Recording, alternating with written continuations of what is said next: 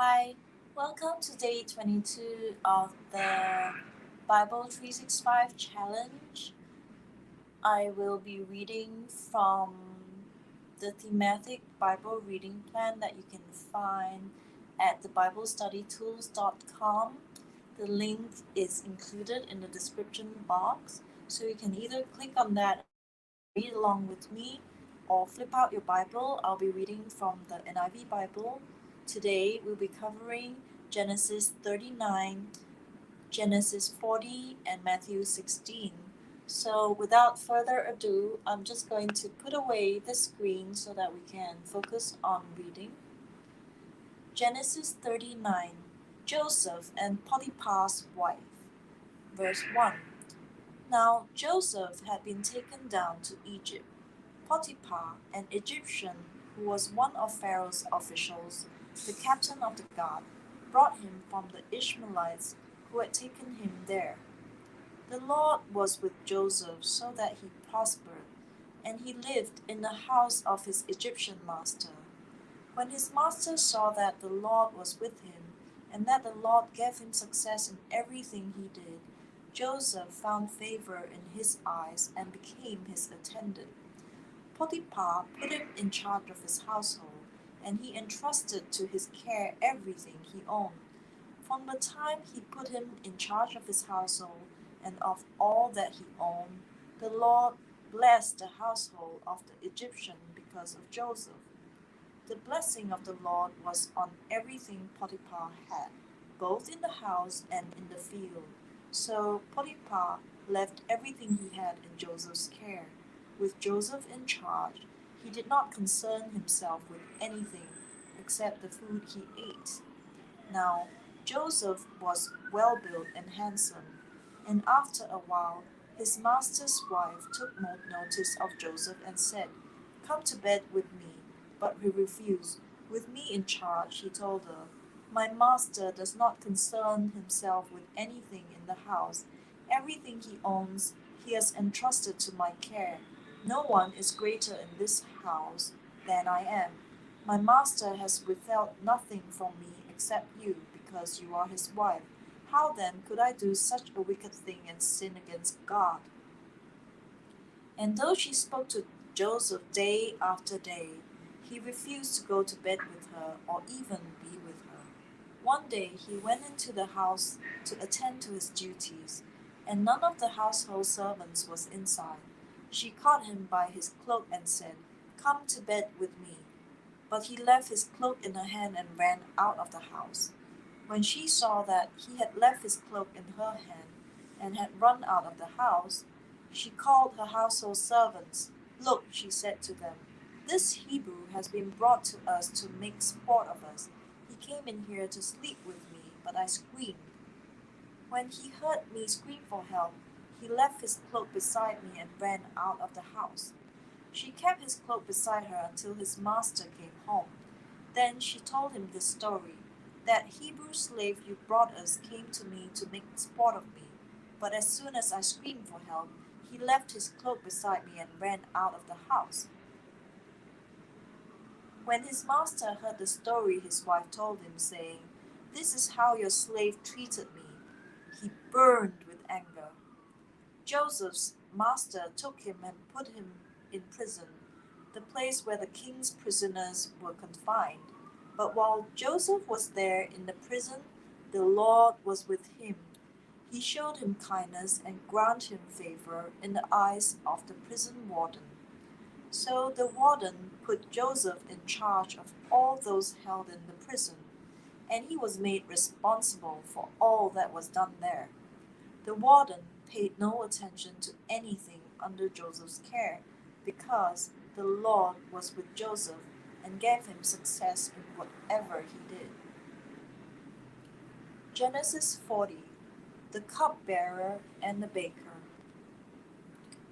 Verse 1. Some time later, the cupbearer and the baker of the king of Egypt offended their master, the king of Egypt. Pharaoh was angry with his two officials, the chief cupbearer and the chief baker, and put them in custody in the house of the captain of the guard in the same prison where Joseph was confined. The captain of the guard assigned them to Joseph, and he attended them.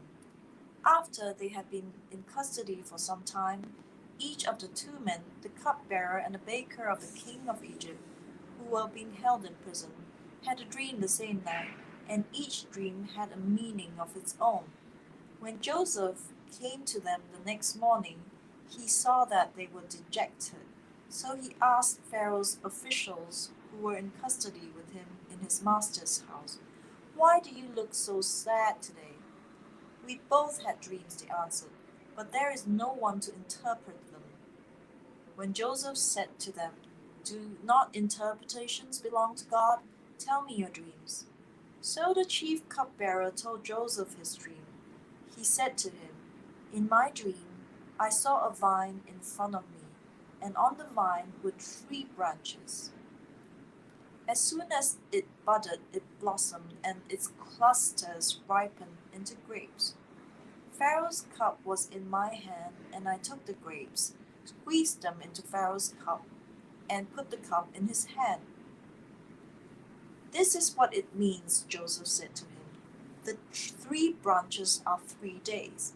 Within 3 days, Pharaoh will lift up your head and restore you to your position, and you will put Pharaoh's cup in his hand, just as you used to do when you were his cupbearer. But when all goes well with you, remember me and show me kindness. Mention me to Pharaoh and get me out of this prison. I was forcibly carried off from the land of the Hebrews, and even here I have done nothing to deserve being put in a dungeon." When the chief baker saw that Joseph had given a favorable interpretation, he said to Joseph, "I too had a dream. On my head were 3 baskets of bread.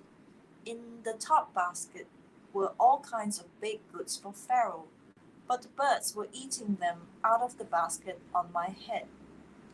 "This is what it means," Joseph said. "The 3 baskets are 3 days.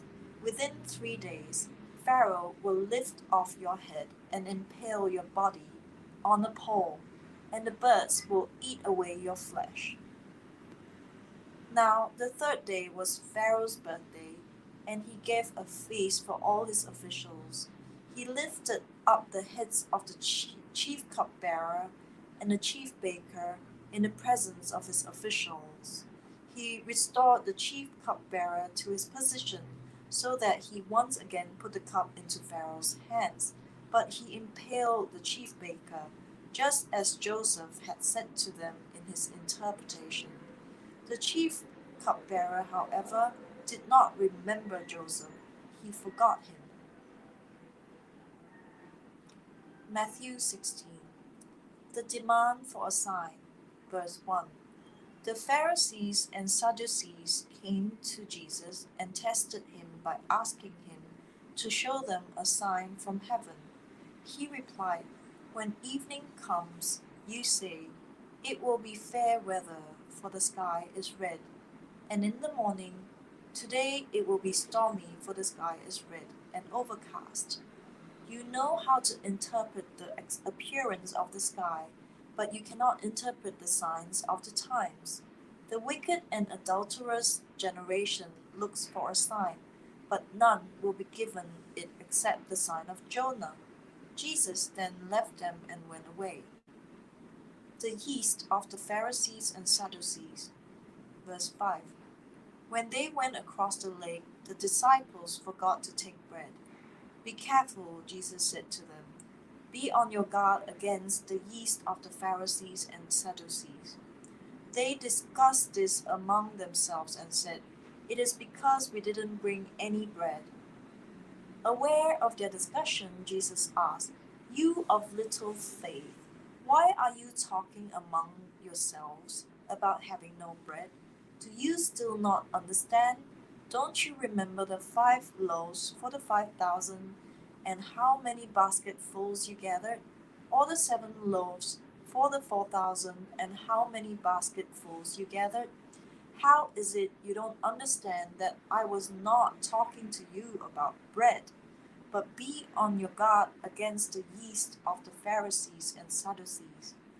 Then they understood that he was not telling them to guard against the yeast used in bread, but against the teaching of the Pharisees and Sadducees.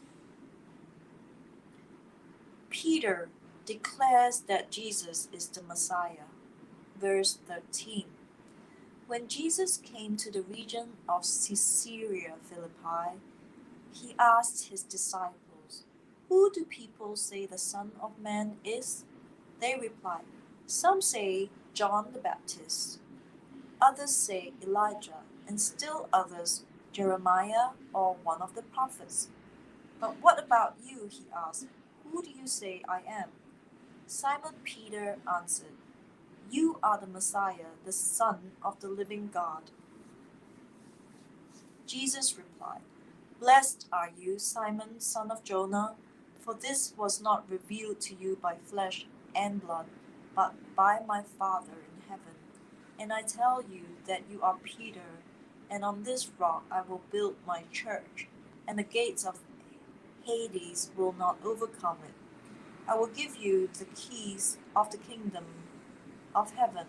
Whatever you bind on earth will be bound in heaven, and whatever you loose on earth will be loosed in heaven." Then he ordered his disciples not to tell anyone that he was the Messiah. Jesus predicts his death. Verse 21. From that time on, Jesus began to explain to his disciples that he must go to Jerusalem and suffer many things at the hands of the elders, the chief priests, and the teachers of the law, and that he must be killed, and on the third day be raised to life. Peter took him aside and began to rebuke him. "Never, Lord," he said. "This shall never happen to you." Jesus turned and said to Peter, "Get behind me, Satan. You are a stumbling block to me. You do not have in mind the concerns of God, but merely human concerns." Then Jesus said to his disciples, "Whoever wants to be my disciple must deny themselves and take up their cross and follow me. For whoever wants to save their life will lose it, but whoever loses their life for me will find it. What good will it be for someone to gain the whole world, yet forfeit their soul? Or what can anyone give in exchange for their soul? For the Son of Man is going to come in his Father's glory with his angels, and then he will reward each person according to what they have done.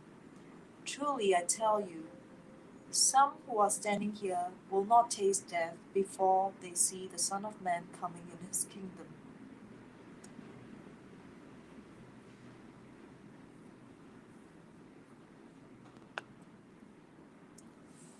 So that was day 22 from the Thematic Bible reading plan found at thebiblestudytools.com. I have just read Genesis 39, Genesis 40, and Matthew 16. You can click on the link in the description box to read along, or you could flip out your own Bible and read Genesis 39, Genesis 40, and Matthew 16 for day 21 of the Bible 365 challenge that I have put myself to. I'm glad that you have made a decision to join me, and so I will see you on day 23.